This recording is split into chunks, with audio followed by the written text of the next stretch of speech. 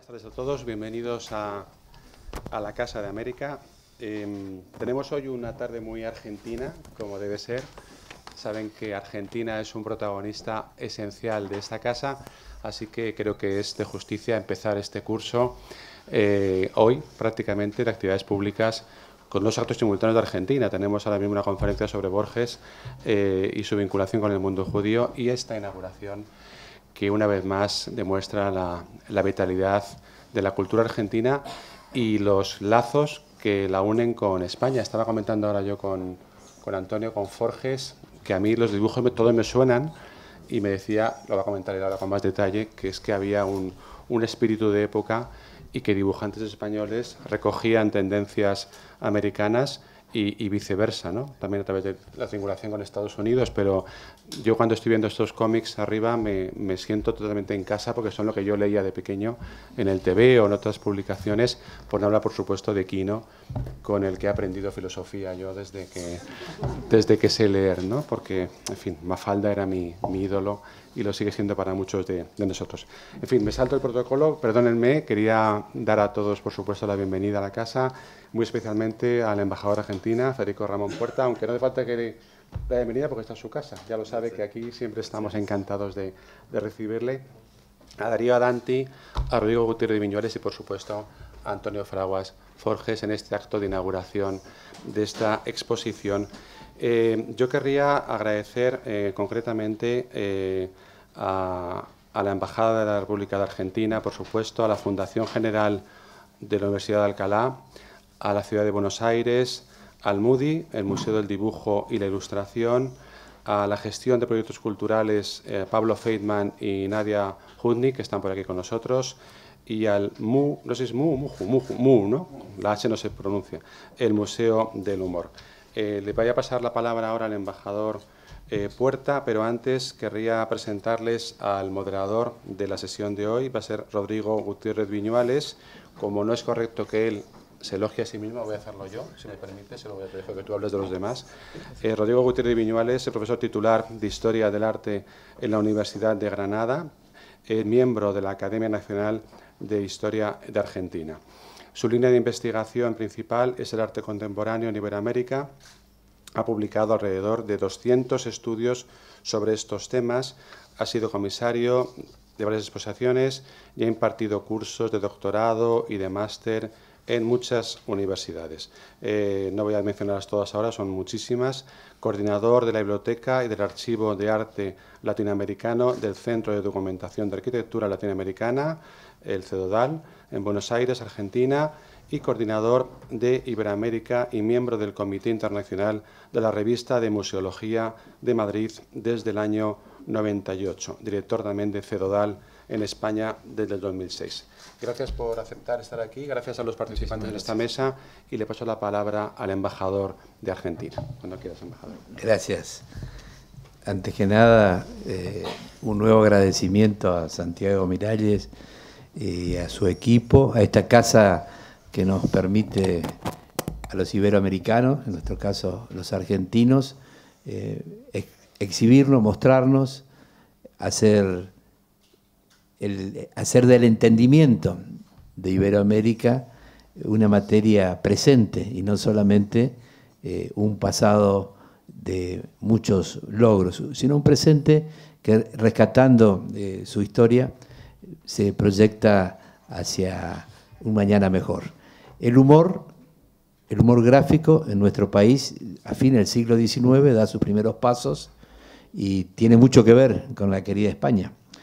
Si bien es cierto que también se incorporan humoristas de origen italiano, francés, el núcleo español que a finales del siglo XIX dio el avance gráfico, rescató en el humor la realidad argentina, la realidad rioplatense. No es casualidad que Caras y Caretas empieza en Montevideo, cruza a Buenos Aires, bueno, y cada tanto se reedita esa denominación, pero son varias, son muchas, son muchísimas las gráficas que nos hacen entender la historia en un dibujo, sin necesidad de tener que leer todo un libro. Incluso en el chiste popular, en el humor popular, está la descripción de realidades que por ahí a los políticos nos lleva mucho tiempo, a los científicos muchas horas de elucubración. Bueno, el humor en pocos segundos explica todo. Así que para mí es una alegría como embajador argentino estar nuevamente en esta casa y por este tema. El tiempo un poco mezquino, pude mirar algunas de las placas que estaban y de los cuadros que estaban mostrando gran parte de la historia de mi país. Ahora voy a visitar, sé que me han dicho que dura un mes, así que vamos a venir a mirar en más detalle algo tan importante como el humor gráfico, que tiene muchísimo que ver con la política, al fin y al cabo muchísimo que ver con la realidad. Así que no quiero ser mezquino con quienes están sentados en esta mesa, felicitarlo a todos, y sé que el equipo de Casa América nos permite también, con todos ustedes, festejar este logro que es esta exposición. Así que, en mi calidad de embajador, gracias por invitarme y modestamente nuestro granito de arena para que esto se siga difundiendo y mostrando como síntesis de todo lo que es nuestra realidad argentina, española, al fin y al cabo iberoamericana. Gracias.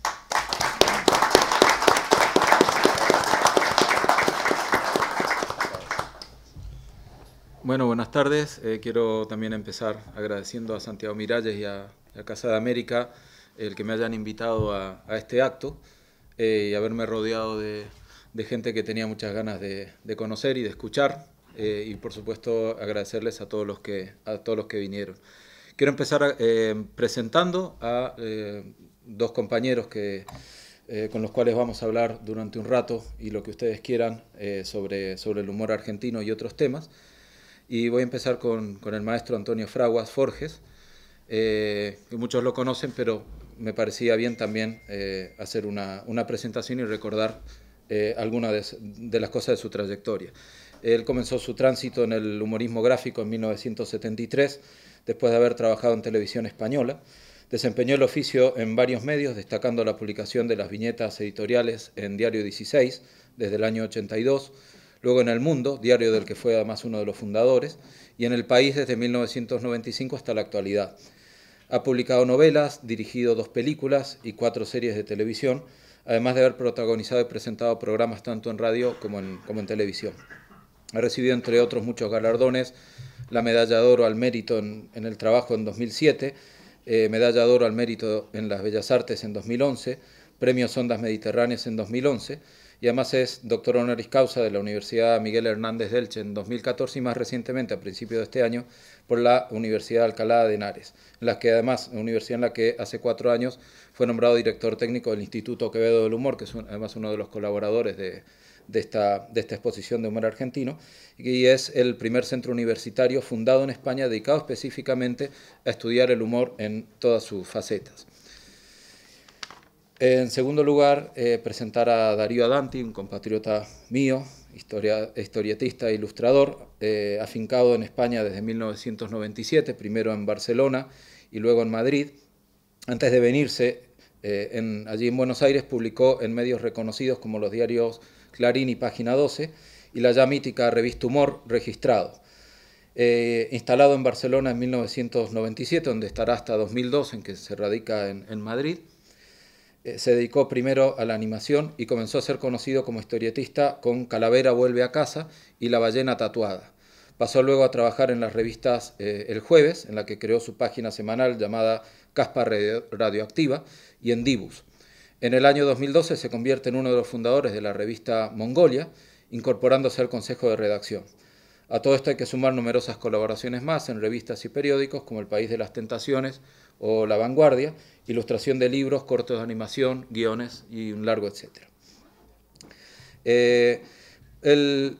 Poco el sistema que pensamos para esta tarde de cómo organizar. Vamos a proceder primero a 3 intervenciones individuales muy cortas, para luego proceder, digamos, una charla entre temas que vayan surgiendo entre nosotros, pero también ya con la participación de ustedes, preguntas, sugerencias, comentarios, reflexiones o lo que realmente quieran. voy a empezar yo, le voy a pasar luego la palabra a Darío y finalmente el cierre se lo vamos a destinar al maestro Forges. En mi caso personal puedo aportar dos aproximaciones bastante distintas. Una que sería un poco de tipo académico. Entre las investigaciones que he hecho es justamente el tema de la ilustración y la gráfica argentina de principios o la primera mitad del siglo XX, tomando inclusive el primer tercio del último tercio, perdón, del siglo XIX, y otra aproximación más de tipo personal, que no está tan estructurada como cuando uno hace un discurso académico, y que pone el acento en definitiva en revistas de mi infancia y adolescencia en Argentina en los años 70 e inicios de los 80. Empezaré temporalmente por el final, es decir, refiriéndome un poco a estas cuestiones más personales, para luego retornar a esa prehistoria del humor argentino del siglo XIX, avanzar un poco en el siglo XX y allí ya pasar, ¿no es cierto?, la palabra.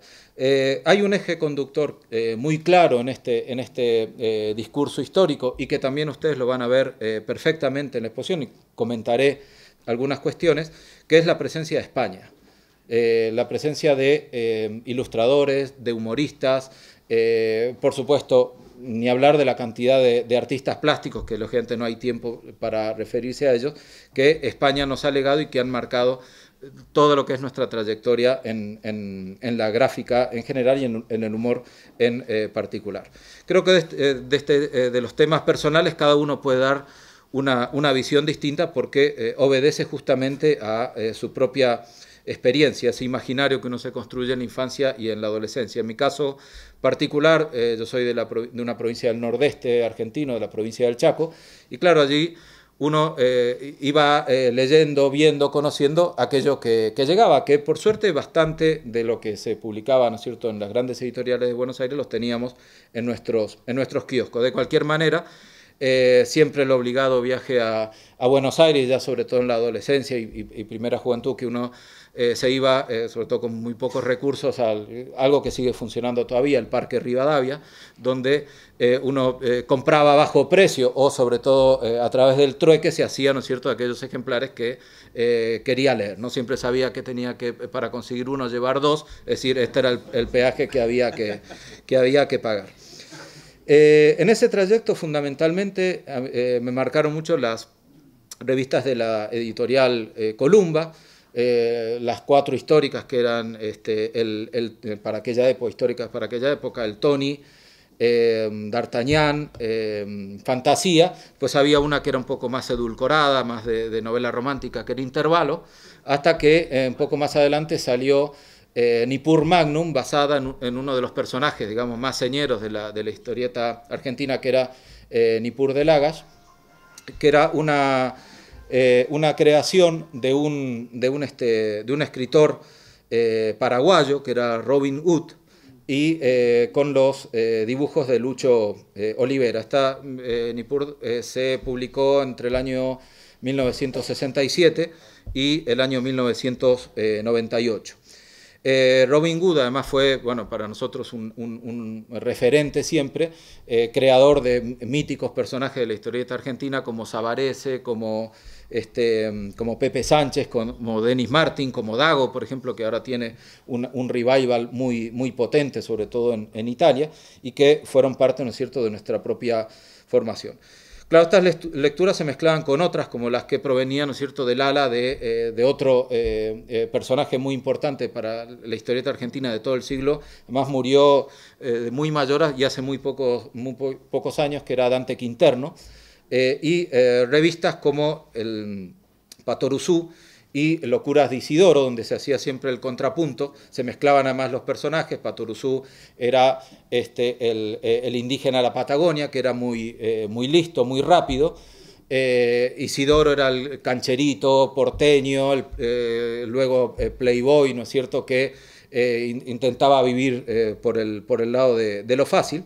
Y en el caso de Patoruzú se cuenta el que sabe podrá confirmarlo o no, que bueno, él tenía un hermano que era upa, que era un gordinflón, bastante torpe, que casi no hablaba, y se dice que Goscinny y Uderzo se inspiraron en Patoruzú y en UPA para crear los famosos Asterix y Obelix, en una estancia de uno de ellos en Buenos Aires. A esto, bueno, también había sus versiones infantiles, es decir, Patorucito e Isidorito, un poco con la intención de que ya desde la infancia uno fuera metiéndose con esos personajes para luego llegar, ¿no es cierto?, a Patoruzú y a Isidoro. Otros personajes también de la infancia fueron Hijitus y la revista Antiojito, que las creó un almeriense, Manuel García Ferré, que murió el año pasado o el anteaño, que también, del cual hablaremos más adelante. Y sobre todo la revista Villiquen, una revista que aparece en Editorial Atlántida en 1919, que además es la revista infantil de habla hispana más longeva que existe, se sigue publicando en la actualidad, y que se fundó unos meses después de otra revista que para mí también fue muy importante ya en la adolescencia, que no es humorística, la revista El Gráfico, que revista deportiva que también se sigue publicando ya no semanalmente, sino mensualmente. Se integran a este Totum Revolutum, por supuesto, revistas extranjeras, como una que curiosamente la comentamos aquí en España y casi nadie la conoce, y en Latinoamérica es conocidísima, que era Condorito, una revista chilena de Pepo, que aún habiendo fallecido él, pues otros dibujantes la siguen manteniendo. Y por supuesto la Asterix que habíamos comentado, y Lucky Luke, porque así lo llamábamos, nada de anglicismos, que era también como el otro álbum un tanto distinguido, de buena encuadernación, de buena reproducción, que circulaba también con un precio más alto, ¿no? O sea que realmente esas las teníamos un poco que manotear de los mayores porque nosotros no podíamos costearlas. Y ahora quiero irme atrás a aquella época fundacional y señalar justamente quiénes son, casi diríamos, los iniciadores de todo este proceso. Tenemos un francés, que además es la obra con la que empieza la exposición, que es Henry Stein, creador de un periódico ilustrado que era El Mosquito, un periódico que se publica durante 30 años, entre 1863 y 1893, y el otro periódico que también hay un ejemplar en la exposición, que es Don Quijote, fundado por un madrileño, por Eduardo Sojo. En Don Quijote fueron colaboradores otros dos españoles, el gallego José María Cao y el andaluz de Jerez de la Frontera, Manuel Mayol, y todos ellos, como era muy habitual en los humoristas, para que teóricamente no los reconocieran al hacer sus humores políticos, que todo el mundo lógicamente sabía de quién se trataba, usaban seudónimos, y Sojo, Cao y Mayol, respectivamente Demócrito II y Heráclito. Otro español, Eustaquio Pellicer, funda la revista Caras y Caretas, que también conforma una buena parte, ¿no es cierto?, del eje de esta exposición. Es una revista que comienza publicándose en Montevideo en 1890, pero por razones, lógicamente, de tipo económico, de tipo de repercusión, Pellicer decide trasladarla a Buenos Aires, pero no, digamos, continuarla, sino seguir utilizando el nombre Caras y Caretas, pero refundarla con un número 1 en 1898. Esto es una revista que se publica hasta 1939. Hoy, si ustedes van a Buenos Aires, en el kiosco encontrarán la revista Caras y Caretas, pero es una remake hecha muchas décadas después y que no tiene demasiado que ver, aunque hay algunos espíritus en común con aquella histórica. Caras y Caretas, además, tenemos la suerte de que la Biblioteca Nacional, a que muy pocos pasos, no solo tiene una colección completa, sino que la ha digitalizado al completo, es decir, que es consultable allí. Y Caras y Caretas para Argentina fue lo que para España fue Blanco y Negro. Es decir, un poco esta misma idea. aunque hubo otras del género, como Fray Mocho, como Pebete, que permitían, ¿no es cierto?, la expansión y la masificación, ¿no es cierto?, de todas las viñetas humorísticas, conformando además Caras y Caretas una de las mejores canteras de dibujantes y humoristas que hubo en el país, donde había españoles, otros latinoamericanos y fundamentalmente los argentinos que se iban metiendo en el humor un poco más de corte moderno. Entre ellos, otro español, radicado de muy joven allí, que era el asturiano Alejandro Sirio, de quien también hay obra en la exposición, y que posiblemente es el mayor ilustrador de libros que hubo en la Argentina en el siglo XX, junto, curiosamente, a otros dos españoles, un catalán, Luis Macaya, y un gallego, Luis Seoane, artista plástico, realmente nacido en Buenos Aires en el año 10, pero llegado allí en el exilio en el año 36. Son incontables la cantidad de libros que ellos ilustraron. En 1917 se realiza el primer Salón de Humoristas en Buenos Aires, que repite un poco un modelo que se llevaba aquí en España y que lo organizaba el crítico de arte José Francés, que además publica desde justamente el año 1916 hasta finales de los años 20 aquí en Madrid, unos tomos que se llamaban El Año Artístico, que son un reflejo, ¿no es cierto?, de las exposiciones que allí había, además de haber escrito varios ensayos sobre el humorismo a nivel mundial y específicamente a nivel español. Ese primer Salón de Humoristas lo organiza Ramón Columba, de quien hay obra, y que será el fundador de la editorial Columba, que llega hasta nuestros días y que anteriormente les comentaba. Bueno, en el año 19 aparece Villiquen, que va a tener uno de los grandes ilustradores y dibujantes argentinos del siglo XX, que es Lino Palacio, autor de grandes tapas de Villiquen, autor de personajes como Don Fulgencio o Avivato, y que además en muchos casos firmaba Flax, que significa lino en inglés. Por eso era la razón que él firmaba Flax varios de sus dibujos. En Villiquen además empezaría el ya citado García Ferré, personaje el almeriense, personaje esencial, creador de innumerables personajes, fundador de revistas, pionero de los dibujos animados en cine y televisión en la Argentina, y que entra ya, digamos, de lleno en los años 40 y 50 del humor gráfico argentino. Las revistas y nombres propios se disparan, ustedes van a tener la ocasión de verlo en la exposición, que además creo que con muy buen criterio está ordenada de manera cronológica, es decir, que uno va pudiendo ver, ¿no es cierto?, los momentos, las revistas, los personajes, etcétera. Los problemas a veces suelen ser bastante similares. Si uno ve una crítica, una caricatura política de principios del siglo XX y perfectamente cambiando nombres podría aplicarla a cuestiones que ocurren, ¿no es cierto?, hoy en día. Y a partir de los años 40, artistas como Guillermo Di Vito, que recién comentaba que tiene una gran influencia aquí en España con las famosas chicas de Di Vito, que él empieza en Patoruzú. En el año 44 decide independizarse de Patoruzú y de Dante Quinterno para fundar la revista que va a ser un poco la competencia de Patoruzú, que era Rico Tipo. Y por supuesto, bueno, nombres como Landru con la revista Tía Vicenta, Oski, Quino, Fontana Rosa, Hermenegildo Sabat, y los más recientes, Maitena, Liniers, etcétera. Bueno, todos personajes que ustedes van a poder ver en la exposición y que les invito a ver, ¿no es cierto?, luego de la charla. Sin más, voy a pasar primero la palabra a Darío Danti y posteriormente a Forges. Muchas gracias.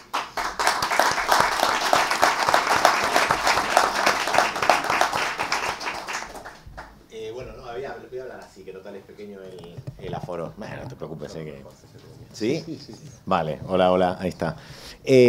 Nada, yo creo que todavía se está por hacer un estudio que no se ha hecho sobre lo que es en realidad no el humor gráfico como humor gráfico, porque creo que el humor son todos vasos comunicantes en la literatura también, sino lo que es el humor en el castellano. Me parece que todo esto colabora a lo que es un poco una visión global castellana del humor. nosotros nos desesperábamos, los humoristas gráficos argentinos de mi generación, que empezamos en el principio de los 90, con que cada uno que viajara a cualquier otro país de habla castellana nos trajera cualquier revista que tuviera de humor gráfico. Obviamente cuando iban a Francia y Estados Unidos le pedíamos cosas que ya conocíamos, decíamos, tráeme eso, Lucky Luke o tal, ¿no? Pero luego era, tú cualquier cosa, vas a España, cualquier cosa que veas que sea de humor, tráemela, ¿no? Y todos mirábamos eso, yo qué sé, el Por Favor, el Papu, porque en general encima llegaban a corrientes revistas antiguas, ¿no? Y muchos dibujantes que, cuando yo empecé en el humor y cuando empecé en Sátira 2 en aquel momento, muchos dibujantes que venían ya de los 80 o de fines de los 70, de los 80, eran fans de mogollón de dibujantes de aquí, y a la vez cuando vengo aquí veo que un montón de aquí eran fans de dibujantes de allá, ¿no? Y me doy cuenta una cosa, que es que mucho antes de que se globalizara cualquier otra cosa, lo que se globalizó fue el humor, porque realmente el humor gráfico, por ejemplo, surge cuando surge también la prensa escrita, cuando surge un poco lo que es la cultura popular, ¿no? Surge la radio, la prensa, la industrialización lleva a que la cultura ya no salga tan cara a producirla, se pueda producir en masa y pueda llegar se expanda mucho más y pueda llegar también a más clases sociales, que deje de ser una cosa de las élites. A partir de ahí, digamos, el cine, el cómic, son todas cosas que nacen juntas casi a final del siglo XIX, principio del XX. Y sin embargo, yo qué sé, nosotros nos llegaba, bueno, nosotros digo, incluso a mis padres o a mis abuelos, sí que les llegaba tiras como Olaf el Vikingo, La Gata Loca, nos llegaba Popeye, y sin embargo, yo qué sé, un libro de Hannah Arendt tardaba mucho más en llegar, ¿no? Digo, el humor se globalizaba mucho más rápido, por una cuestión también que tiene que ver con la facilidad que tú puedes comunicar inteligencia y hacer sentir inteligente al otro, que eso es algo propio del humor. Decía Macedonio Fernández, un gran escritor argentino, que el humor es sorpresa intelectual, ¿no? Sorpresa del intelecto. Y eso hace que tú lo puedas entender incluso sin palabras, con un dibujo o con 3 palabras. Entonces, traducir, por ejemplo, un texto, una novela, pues a un traductor le podría durar un montón, pero de pronto poder traducir 70 tiras era muy fácil, porque 70 tiras, el texto realmente por ahí no son ni 2 folios, y sin embargo demuestran 70 ideas sorprendentes que con muy poco tú puedes hacer al otro sentirlo feliz. O sea, el otro se siente feliz, entre otras cosas, porque tenemos un mecanismo neuronal complejo que hace que cuando detectamos la solución a un problema de forma inteligente, que eso es un chiste, lo que pasa es que nos escupe dopamina el cerebro. O sea, que imagínate lo que logramos los dibujantes con un dibujito y un chiste. Que la gente en realidad sienta felicidad porque el centro, que se llama el centro de la recompensa del cerebro, le suelta dopamina cuando reconoce un mecanismo inteligente. Y eso lo logramos muchas veces sin palabras, ¿no? Como hay chistes de Mordillo, digamos. Y yo creo que así todo hay una especie de corriente del humor que es castellano, digamos. Yo cuando leo, que me gusta mucho la literatura y la literatura humorística, que aquí en España, por ejemplo, estaba Gómez de la Serna, que luego terminó en Argentina estaba Macedonio Fernández, y Macedonio hablaba maravillas de Gómez de la Serna y Gómez de la Serna de Macedonio Fernández. Tenés un Jardiel Poncela, ¿no?, en España, y de pronto también en Argentina tenías también un Marechal por ahí, ¿no?, que era también un escritor como con mucha locura formal y humorística en cuanto a la estructura narrativa. Entonces, y si uno ve que el castellano en realidad los grandes pilares que tiene de la literatura son humorísticos, porque Cervantes era un gran satírico, digamos, Quevedo era un gran humorista, y entonces, y ves que hasta el Martín Fierro, digamos, como obra fundacional, casi como la Ilíada y la Odisea argentina, ¿no? El Martín Fierro, el gran libro nacional, por más que es muy dramático, en el fondo la ironía que tiene el personaje del viejo Vizcacha es humor también, ¿no? Y entonces creo que hay una cosa fundacional en el castellano, en la literatura y en la cultura castellana, que está directamente vinculada con el humor. Y con el humor gráfico particularmente, pues que somos de alguna manera, somos dentro de la narrativa la que se había empezado a globalizar antes de los grandes cambios tecnológicos, y ahora mismo nos damos cuenta que nos podemos comunicar con todo el mundo, que lo que más funciona, lo que más se clona, lo que más se retuitea, lo que más te dan un like, es un chiste. Con lo cual, tenemos que ponérnoslo a pensar, porque por ahí, con una cosa tan pequeña como un chiste, que puede ser una palabra o ninguna, o un dibujo, de pronto nos estamos comunicando entre países que tenemos un montón de diferencias, incluso que tenemos diferentes idiomas, ¿no? Entonces creo que es un momento de empezar a hacer fuerza con el idioma y empezar eso, a comunicarnos lo que ya hacíamos los dibujantes, de querer ver qué hacían los demás dibujantes y los humoristas gráficos del castellano. Pues para eso sirven este tipo de cosas, ¿no? Para comunicarnos y darnos cuenta que tenemos escuelas comunes, influencias comunes, y que también hay una forma de hacer humor que te viene dada por la estructura que tenés de pensar, por el idioma con el que te comunicas. Y eso nos une a peruanos, bolivianos, uruguayos, argentinos, españoles, y creo que siempre nos hemos entendido desde el humor y que hay que seguir entendiéndose desde el humor.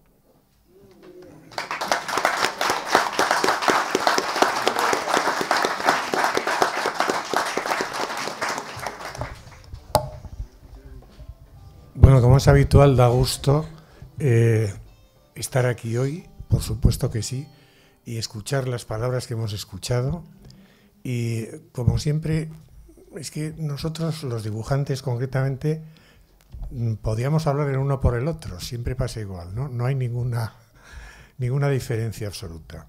Yo sí os voy a hablar de que hay algo muy curioso en el trasvase entre los humores de los dos lados continentales, ¿no? Y es un hecho muy curioso, que es el siguiente. Hay un resurgir absoluto y un movimiento brutal en el humor argentino, concretamente en el sudamericano, pero sobre todo en el argentino, a raíz de la Segunda Guerra Mundial. Ahí ocurre una cosa, que es que mientras toda Europa está preocupadísima con la guerra y Estados Unidos está preocupadísima con la guerra y todo el mundo está preocupadísimo Oriente con la guerra, hay unos pueblos que están más lejanos, o sea, el mundo no era como es ahora, era una cosa más lejana. Entonces, el surgir, por ejemplo, de cosas como simplemente pues Don Lino Palacios, que para mí Palacios me parece que es uno de los genios mundiales, así de fácil, ¿no? Eso solo se puede dar en casos de una sociedad que está evolucionando interiormente con muchos problemas, porque los teníais, por supuesto que sí, pero eran otra clase de problemas distintos al hambre, por ejemplo, ¿no? Yo creo que eso es muy importante, porque aquí, mientras nosotros, Europa, y nosotros, por ende, pues por supuesto lo mismo, estábamos en otras cosas, como era buscar el mendrugo todos los días. Entonces, ese florecimiento no se dio. Y entonces ocurre una cosa muy curiosa, porque aquí en España fue fundamental para todos los dibujantes y para todos los humoristas que estábamos naciendo en aquella época, una revista que era Villiquen, que a vosotros a lo mejor es una que la consideréis muy bien, porque es muy decana, año 1919, fundada por un uruguayo que tiene que huir de Uruguay, porque es que es curioso, esa es otra cosa. Dentro del mundo del humor en general, hay una corriente de exiliados que van de Uruguay a Argentina y viceversa, ¿no? Es verdad que lo he mirado y son más uruguayos, ¿eh? También hay que decirlo. Pero eso, perdón, es de Sarmiento, ¿no? Pasa eso, ¿sabes? Sí, o sea, es curiosísimo. Bueno, pues Villiquen supuso muchísimo aquí en España, porque en España no había prácticamente tebeos. Y Villiquen era tan grueso, aquí llegaba con 15 días de retraso, y a la vez también traía, yo me acuerdo por mi madre, ¿no? Mi madre se compraba el Para Ti, ¿vale? Que me parece que era de la misma, de Atlántida, ¿no? Sí. Bueno, pues ahí hay cosas curiosísimas. Tú en Villiquen ves un mundo, yo veía un mundo distinto, una cosa que no estaba dentro la preocupación general que había de otras cosas que había aquí. Y aquello produce un florecimiento tremendo dentro de vosotros, que a lo mejor vosotros no sois conscientes, pero yo te lo digo desde fuera, ¿no? Y aquello hizo una cosa muy importante, que los castellanoparlantes que nos dedicamos al humor empezáramos a chupar rueda, en frase castiza, de vosotros. Y me temo que aún nos hemos cogido, ¿vale? Así os lo digo. O sea, pasa un poco, sí, mirad, cuando la guerra civil estalló en España, el nivel de vida que había en el año 36 se recuperó en España en el año 1960 aproximadamente.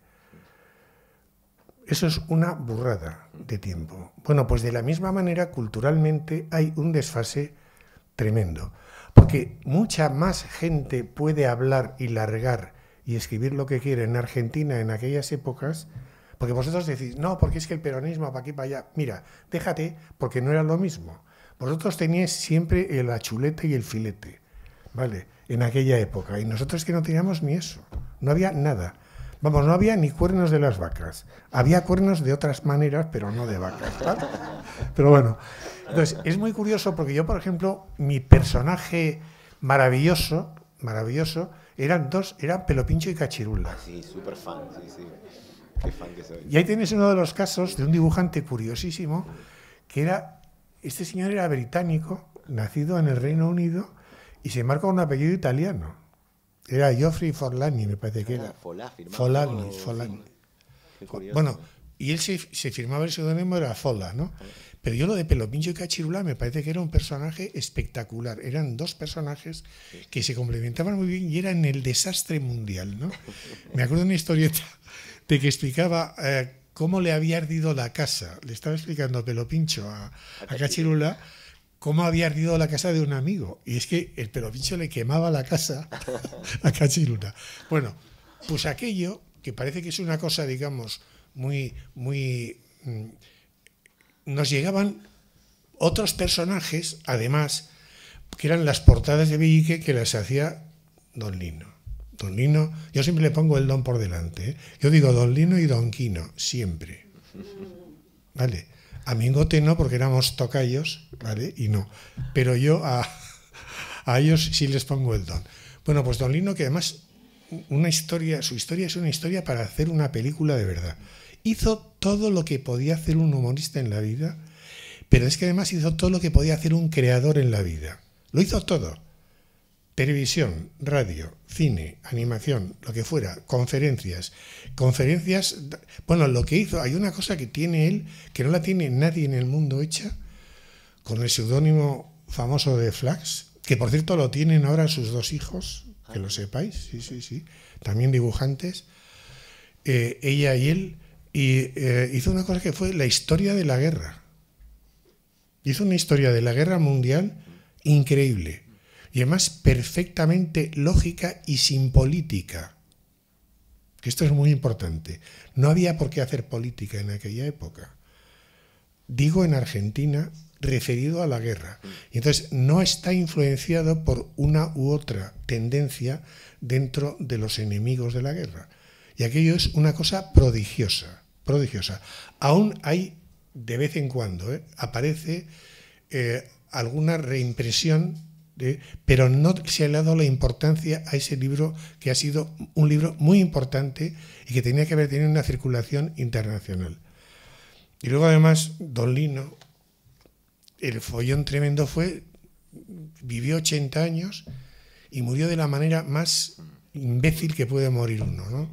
Que es que resulta que uno de los hijos pues tenía unos amigos raritos y lo mataron a él y a su mujer. ¿No? Para robarle, ¿no? Sí, entraron a robarle en la casa y mataron a ella y a la mujer a los 80 años. La sobrina. Era una sobrina, ¿no? Bueno, que conocía, y fue además, eran dos hombres y una mujer, y la mujer fue la que los mató directamente, o sea, terrible, pero bueno. Yo me acuerdo de la noticia, era pequeño. En el año 84 fue eso, ¿eh? Sí, eso sí. Pues yo me llevé un disgusto tremendo, porque las portadas de Villique que hacía él eran unas portadas muy tiernas, además. Era tan simbolista de lo que era aquello. Bueno, pues lo que os estaba diciendo simplemente, y acabo, es que muchas veces no nos damos cuenta de lo que se supone y lo que suponemos los unos para los otros. Y yo sí que os puedo decir que una parte bastante, digamos, strong, como dirían los british, ¿vale?, de Forges, desde luego tiene mucho de Villique y tiene mucho vuestro, eso que quede claro. Y aparte de esto, ahora que estamos aquí todos reunidos, quiero rendir homenaje a mi tío abuelo Benigno Fraguas, que en Santiago del Estero fundó hace muchísimos años una empresa de tintes de piel, ¿vale?, y estuvo luchando toda su vida para que la Bayer Leverkusen no se quedara con la tienda. Murió en el empeño, pero consiguió que no se la quedaran. Nada más.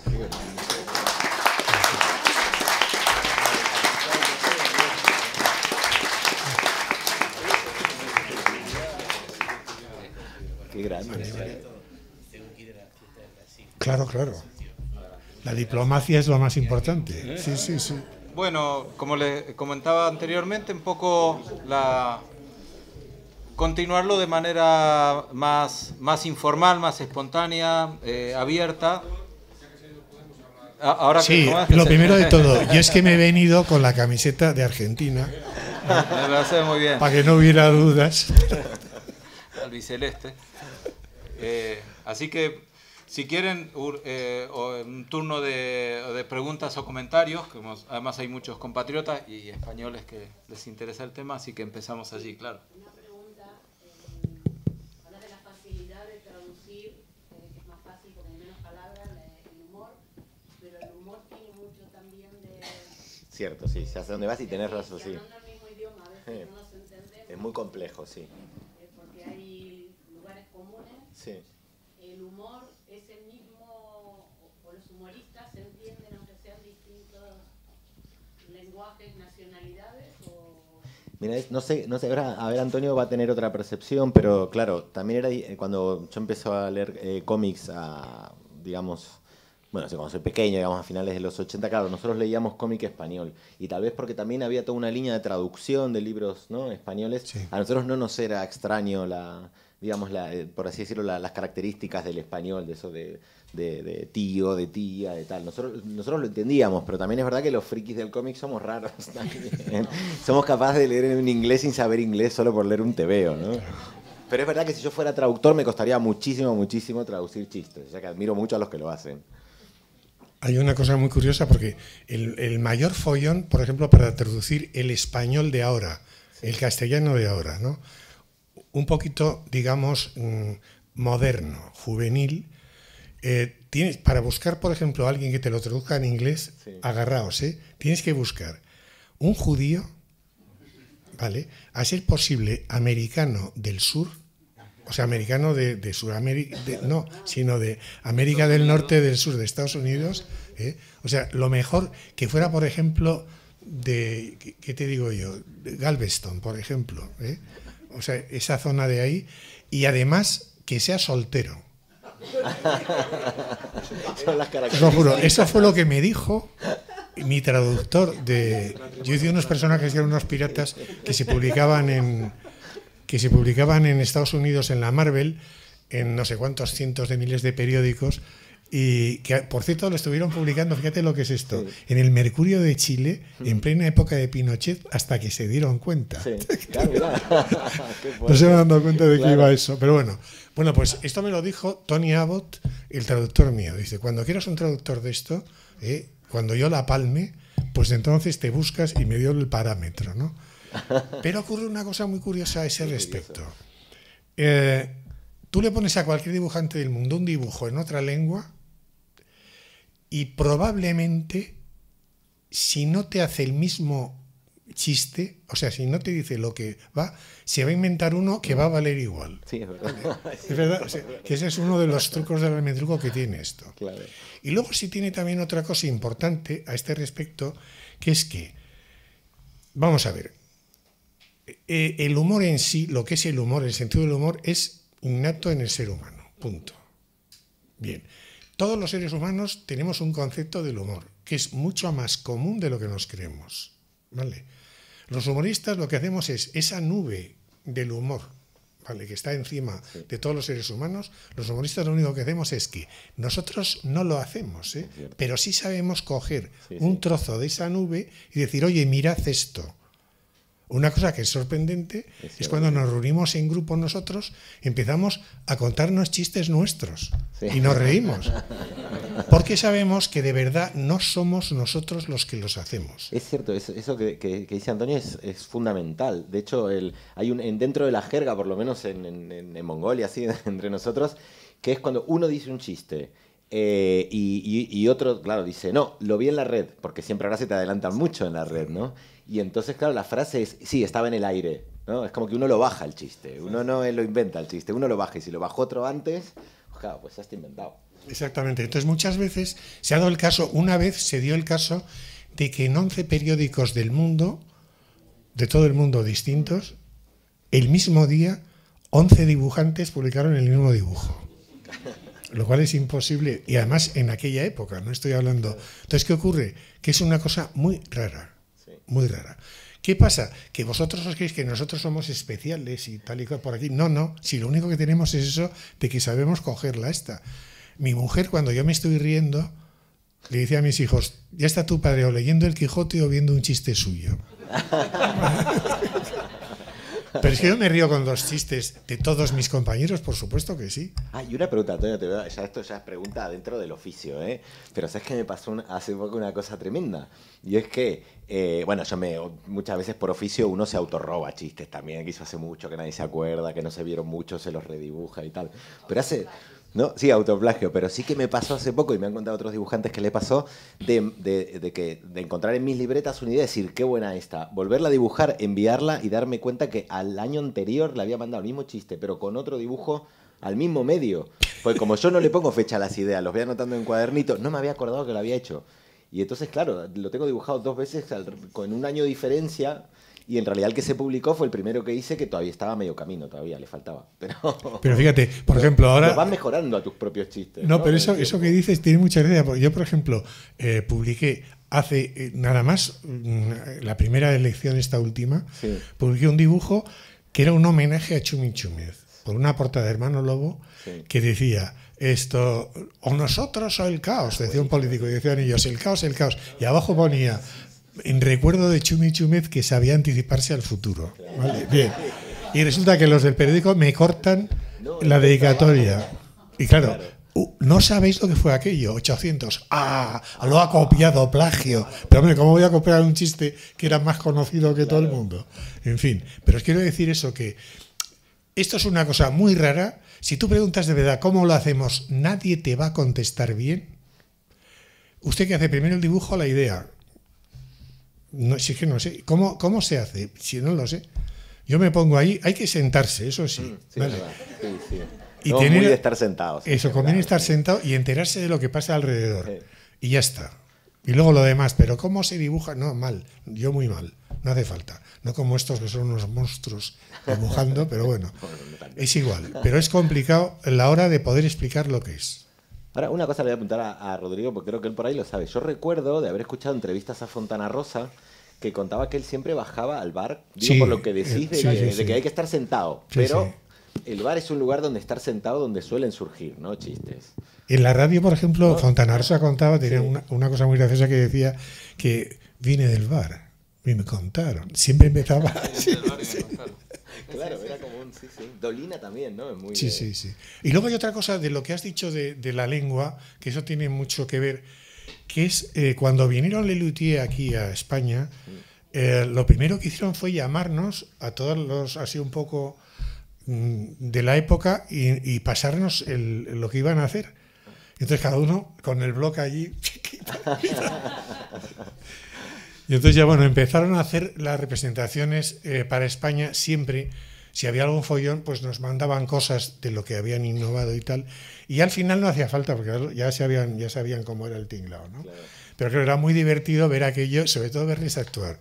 Yo, lo de Rabinovich es una de las cosas que cada vez soy más agnóstico, porque Dios, si existe, no podía haber matado a Rabinovich.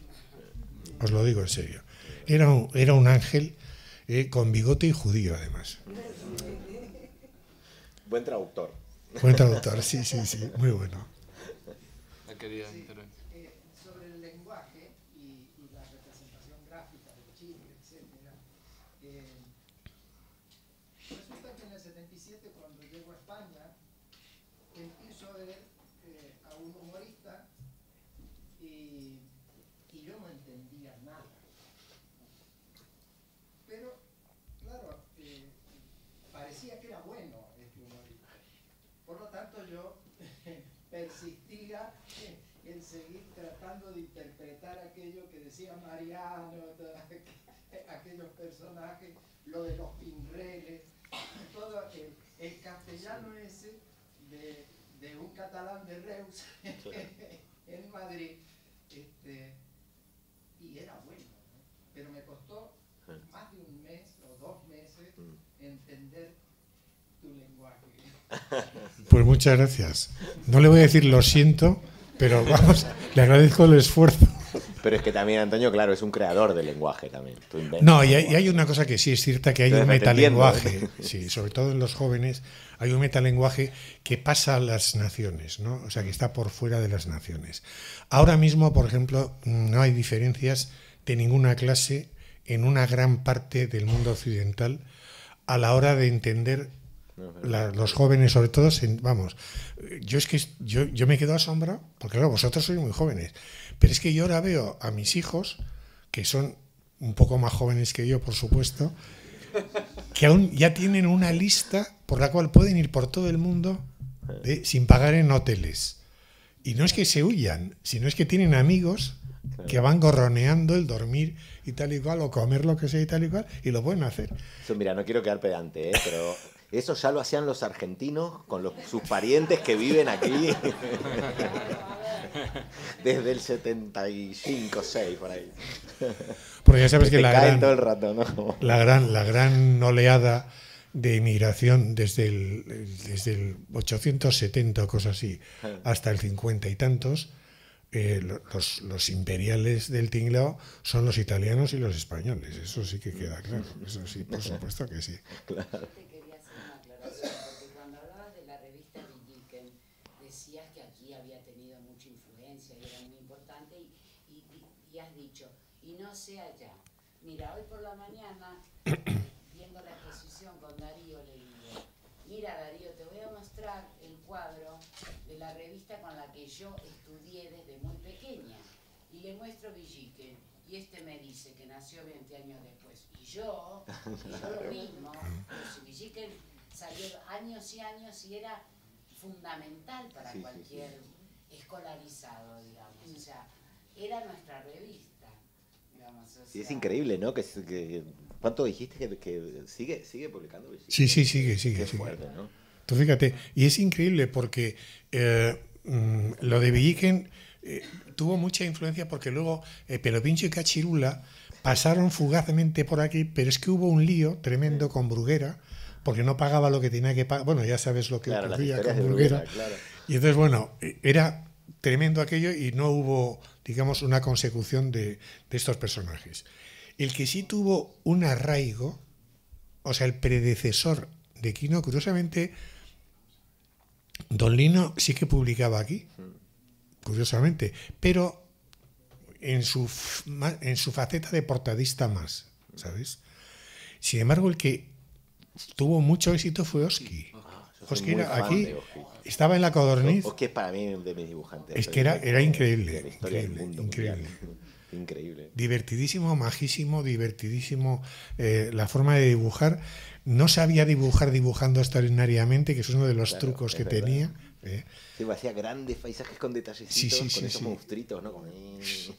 Temas históricos también, la conquista del Río de la Plata. Que eso es brutal. Eso es graciosísimo. Sí, la vera historia de Indias que hace, es que encima inventa una cosa, bueno, no es que inventa, digo, pero una cosa que es un recurso del humor que después usamos mucho, pero que yo por lo menos de niño el primero que lo vi es a él, que es coger eso, por ejemplo, la descripción de un animal en una relación de la época de verdad de la conquista, y ver que claro, que de pronto claro, no sabían lo que era un camello, entonces decían, es una cabra como vaca, y él en vez del camello, digo, un guanaco, ¿no? Ves la descripción de los primeros conquistadores de América de un guanaco y decían, no, es una oveja con patas de camello, con tal. Y él cuando lo transcribe, en vez de dibujar un guanaco, dibuja lo que... No, claro. Entonces eso ya es gracioso de por sí, ¿no? Y es un dibujo describiendo un texto real, ¿no? Sí. Yo he venido aquí fundamentalmente porque sé que la ironía es la complicidad de la inteligencia. Y creo que hay mucha gente inteligente. Me refiero a la complicidad que puede haber entre los... Claro. Yo me he formado a la hora del humor con Hermano Lobo, con la Papus, y con el Jueves, con el Papus y la Codorniz, que era la revista más audaz. Para el lector más inteligente. Sí. Y con Quino. Quino, aquí, para los españoles, de aquella época del 70 al 80, donde empezábamos a despertar, pues encontrábamos un calor y una sensación tan tierna y tan amorosa, que era absoluta, ¿no? O sea, yo creo que eso ha creado un amor tremendo hacia los argentinos, ¿no? A pesar de ser argentinos. A pesar de nosotros mismos. Claro, o sea, ¿dónde está el embajador? Recuerdo el personaje de Libertad. El personaje de Libertad, claro. chiquitito y pequeñito, ¿no? Que no tenía mucha cabida en aquella época, ¿no? Porque quizá por una serie de razones. Y a Manolito. Sí, Algo extraordinario. Yo recuerdo una frase, intento recordar lo que decía, le decía Mafalda a Manolito. Le decía, los cheques de tus burlas no tienen fondo, no tienen crédito en el fondo de mi corazón. Qué bonito. Eso era un resumen de la manera de ser del interés. El humor, yo creo que para lo que ha contribuido, el humor entre lo que tú hablabas antes, Darío, perdóname que te tutee. Sí, no, claro, más te vale. No, claro. Es a entendernos entre nosotros, a que la inteligencia, el sentido crítico, la capacidad de análisis nos permita sobrevivir muchas veces en este tipo de situaciones tan kafkianas con las que nos encontramos. Y complejas, ¿no? Sí. Yo te puedo decir que viniendo para acá me he encontrado con el mejor chiste que me puedo encontrar. Había un acto en el Instituto Cervantes con un despliegue absoluto de policía. Le pregunto a la policía, ¿qué es lo que hay aquí? Dice, no se lo podemos decir por razones de seguridad. Sí. Es precioso. Sí, eso lo sé yo, sí. Es súper bonito eso. Sí. Ayer en la calle de San Gregorio, o sea, relativamente cerca, estaba todo cortado, lleno de policías, y pregunté yo, buenas, soy periodista, ¿me puede decir qué es lo que ha pasado? Y dice, no se lo puedo decir por razones de seguridad. ¿Ya está? Qué buenísimo. Hacer gárgaras.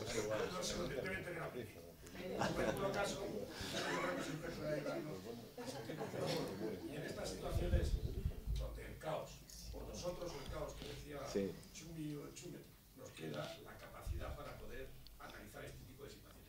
Yo hace poco acabo de leer un libro que son 50 viñetas que cambiaron el mundo. Sí, vi que había salido, no lo vi, pero... Delicioso. Es un escritor, un profesor de historia, donde analiza una determinada serie de situaciones. Muy interesante, sí. Es delicioso. Yo, para los que no lo hayáis leído, sí hay bibliotecas. No, leí el artículo, no me acuerdo en qué diario, en qué periódico, pero ya lo puse en la lista para el cumpleaños. Sí. Yo si quieres te dejo el que compré. No, quería llevarte la contraria. No, porque has dicho que en los años aquellos 70, Mafalda, Quino, ¿sabes lo que tiene mi nieta Valentina, 14 años, en la pared de su habitación? Un dibujo así de grande de Mafalda. Ahí lo tienes. Y el capítulo 13 de la segunda parte del Quijote, que habéis hablado antes. Sí. Eso es algo delicioso. Que Cervantes era satírico. Claro. La conversación entre el escudero del caballero del bosque y Sancho Panza es algo verdaderamente delicioso, impregnado del sentido del humor y de un sentido crítico que te ayuda a entender la vida. Pero fíjate cómo es lo que simboliza eso, que cuando... A mí me parece que lo más gracioso del Quijote, que es todo, ¿vale? Pero hay un episodio que es el del vizcaíno. Eso es una cosa que te caes por los suelos de risa, porque es que habla exactamente el vizcaíno como hablan los vizcaínos ahora también. ¿Qué os podéis creer cuál fue de los primeros actos que hizo el primer gobierno en España, el primer gobierno vasco con las autonomías? Suprimir el nombre de Cervantes y de Don Quijote de las calles que había con dichos nombres. Vamos. Tú agárrate. ¿Tú te crees que eso es que es de película? Es que lo cuentas y dices, pero ¿cómo es posible? La verdad es que duró un año solo, porque rápidamente los que entraron luego lo cambiaron, ¿no?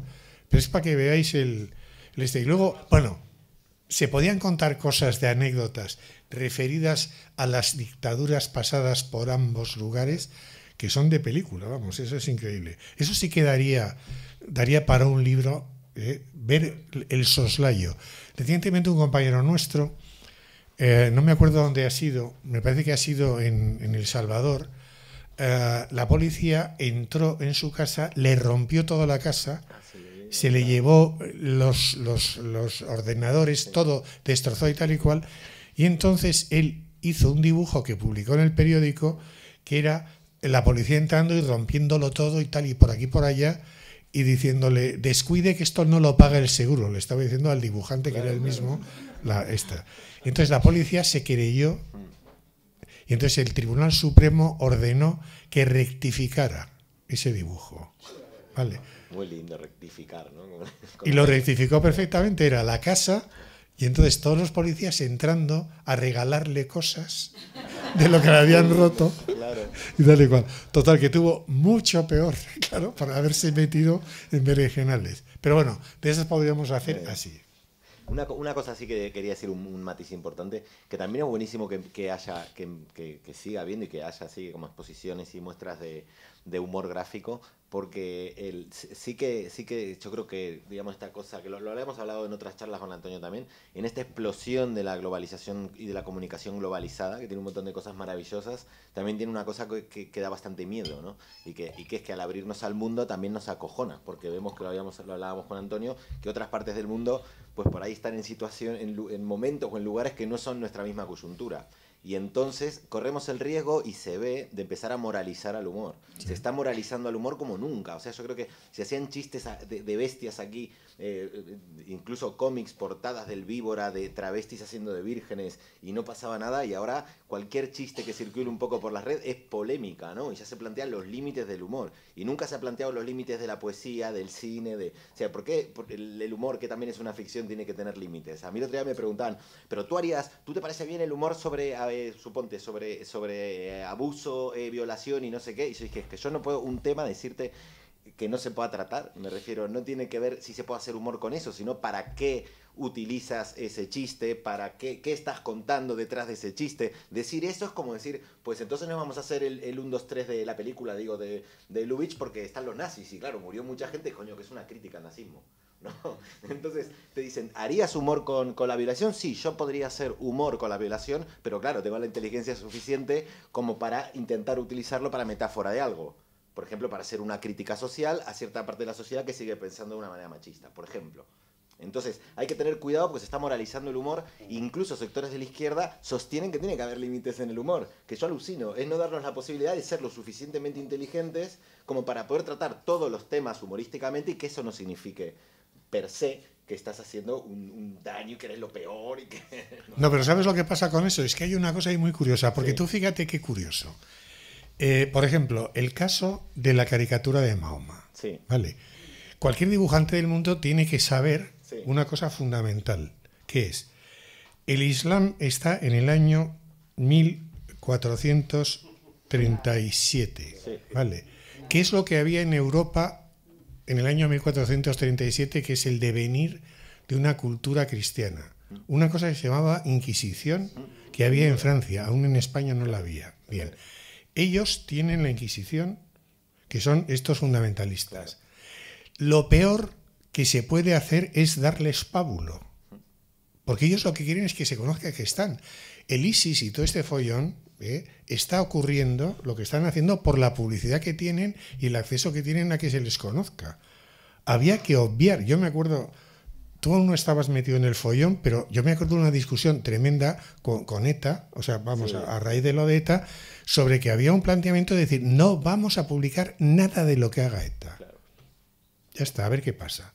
Entonces, bueno, ¿qué es lo que hay que hacer? El pábulo que se le da y la importancia que se le da automáticamente está generando que se les conozca más. Entonces, eso no quiere decir que se niegue que las personas que más sufren ese comportamiento no somos los occidentales, son ellos mismos, los mismos del Islam. Y los humoristas del mundo árabe, que están todos hechos polvo. Pobrecitas. Claro, claro. Nadia Kari es una amiga de Túnez que es humorista gráfica, que participó en la primavera árabe de Túnez, y ella es laica, feminista, y ahora está amenazada por el fundamentalismo. Sí. Cuando, ¿no? Es una cosa muy curiosa. Pero más allá de lo que decís que es cierto, por ejemplo, se olvidan que el humor no es tan simple como hacer un chiste. Que un chiste, por ejemplo, lo puede decir un personaje que está caricaturizando a alguien. Claro. Entonces yo puedo perfectamente hacer, de hecho alguna vez hice un chiste racista sobre la inmigración africana, pero en realidad lo estaba diciendo el ministro del Interior. Entonces me dicen, no se puede hacer chistes sobre racismo, depende. Y si yo quiero hacer una crítica al ministro del Interior y lo quiero hacer diciendo, ¿no? Entonces me refiero, es muy simple creer que el humor, digamos, tiene que tener límites, que hay temas que no se pueden tratar humorísticamente. Porque yo creo que todos los temas se pueden tratar humorísticamente y que está en el talento del humorista. Totalmente de acuerdo. Una idea detrás o que sea exactamente una tontería, digamos, ¿no? Es un problema de neuronas. O sea, claro. Todo. Tú estás dispuesto a perder 3 días en pensar cómo decir una cosa que se te ha ocurrido, sí, pues sí, adelante, claro. Y lo vas a decir, claro. Y no pasa nada. Claro. Ahora, lo que no puedes hacer es la pata de banco. Y el problema es la pata de banco. Hay determinadas cosas que tienes que dar una dilatada conexión neuronal que te puede durar un tiempo indeterminado. Ya está. Y se acabó el problema. Sí. Y lo puedes decir todo, eso lo garantizo yo. Es verdad, sí, sí. Sin duda. Pues eso, y que estas muestras nos ayudan a reivindicar que el humor es parte de nuestra cultura, vamos. Hombre, claro que sí, por supuesto que sí. Cultura fundamental, digamos, ¿no? Y luego lo que me encanta es las tomaduras de pelo respectivas nacionales. Eso es lo que más me gusta. No, pero es verdad que nos reímos mucho y nos lo pasamos muy bien. Yo por lo menos, yo estoy feliz, así os lo digo. Estoy feliz con que me insulten en una esquina del mundo y entienda lo que me han insultado. Tú sabes lo que debe doler, que no te... Fíjate los franceses la que tienen. Que ahora pueden llegar a cualquier lugar del mundo al fondo, como ha desaparecido ya el francés como lengua diplomática, automáticamente no saben que le están insultando. ¿Y los ingleses? Yo tengo un yerno inglés, Simon, lleva 7 años en España y dice tortilla buena. Punto. No, no, no, no. No es un problema de resistencia. Es un problema de que en la mente británica no cabe la idea de que existen otras lenguas que no sea el inglés. ¿Vale? Es que es así. Pero esto lo saben, o sea, lo dicen todos ellos mismos, ¿eh? O sea, no te creas que es. Por lo menos incorporó la tortilla. Sí, pero que diga de patatas.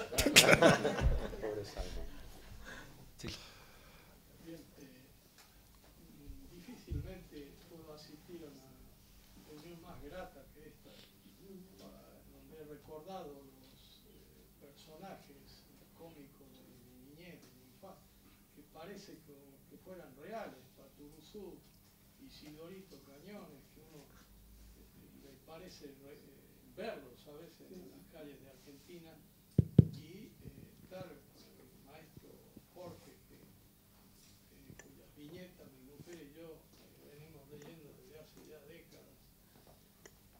Las publicaciones que se han citado básicamente son todas de Buenos Aires, como es habitual en Argentina, porque lo que no ocurre en Buenos Aires no ocurre. Pero había había una revista de Córdoba muy buena, que debe ser la única, que no me acuerdo cómo se llamaba. Hortensia. Hortensia. Sí, Hortensia, sí. Que una vez publicó un editorial diciendo: el periódico no sé qué de Montevideo ha publicado que el general, era plena dictadura, por supuesto, el proceso, que el general Galtieri es un borracho. No podemos tolerar esta afrenta, así que vamos a hacer una colecta a nuestros lectores para demandar a ese periódico, porque no puede decir que es un borracho, y la palabra esa, borracho, la repetía varias veces en el editorial. Qué bueno. No sé cómo Galtieri no ordenó que le volaran el edificio, como hizo, borracho, que no debe ser porque estaba efectivamente borracho. Es que es complicado, ¿eh? Fijaos bien, en las dictaduras, por ejemplo, Mussolini permitía una revista que se llamaba El Cocodrilo, que era impensable que se pudiera hacer en una dictadura. Y se podía alargar lo que querías en esa revista. ¿Por qué? Porque era una especie como de paradigma de aquí se dice lo que uno quiere, mire.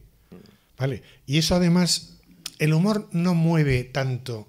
Yo ese libro que has dicho de lo de 50 caricaturas que revolucionaron el mundo, lo que fuera, yo es que creo que eso es imposible. Las caricaturas no valen para nada. Para nada. Además os diré que envuelven mal los bocadillos. Porque la letra, que está toda bien pegada, agarra más la trama y la urdimbre del papel. Y sin embargo el dibujo que tiene blancos por aquí, ¡paf!, sale toda la tortilla de patatas por fuera, ¿no? Pero bueno. Es verdad, igual lo que decía, que lo hablábamos antes con Pablo, que los 3 polos, digamos, de prensa en Argentina históricos han sido Rosario, Córdoba y Buenos Aires, ¿no? Solo que de Buenos Aires siempre como que pasamos. Pero eso, Fontana Rosa. Y había una revista que se llamaba Tinta, en los años que tuvo muy pocos números, en Rosario, que lo hacía Sergio Kern, un dibujante argentino de Rosario, donde empezó también Fontana Rosa y otros, y Sergio Kern vive su mujer es catalana y viven en una montaña, en Cataluña. Yo cuando voy yo digo, señor maestro Kern, y baja ahí el rosarino, que es muy loco, pero hay mucha de esa gente que ha terminado obviamente en España, ¿no? Metida en Pero eso es Altuna. una cuestión histórica, porque Sí, Horacio, sí. el humor aparece con la influencia de los españoles. Claro. En Buenos Aires sabemos que la inmigración española fundamentalmente Es verdad. se radicó en Buenos Aires. Los Entonces, gallegos, bueno, sí. los gallegos no se movieron de Buenos Aires. No, entonces es verdad, experiencia. cierto. Me explico, entonces, lo Es que verdad. quiero decir es que desde ahí se irradia al interior Sí, del país. claro, cierto. Y se irradia. Y sí, sí, esto que no se nos enojen, ¿eh? Que mi familia viene de La Pampa, digo, para que no me apalicen luego. Muy bien. Yo, vamos, sí. Bueno, muchísimas gracias por la asistencia y espero que hayan disfrutado tanto como disfrutamos nosotros aquí, sobre todo escuchando a Darío y a Forges, que ha sido realmente una maravilla y se aprende mucho, que era un poco también la idea y el propósito de esta reunión. Y agradecerles nuevamente. Vale.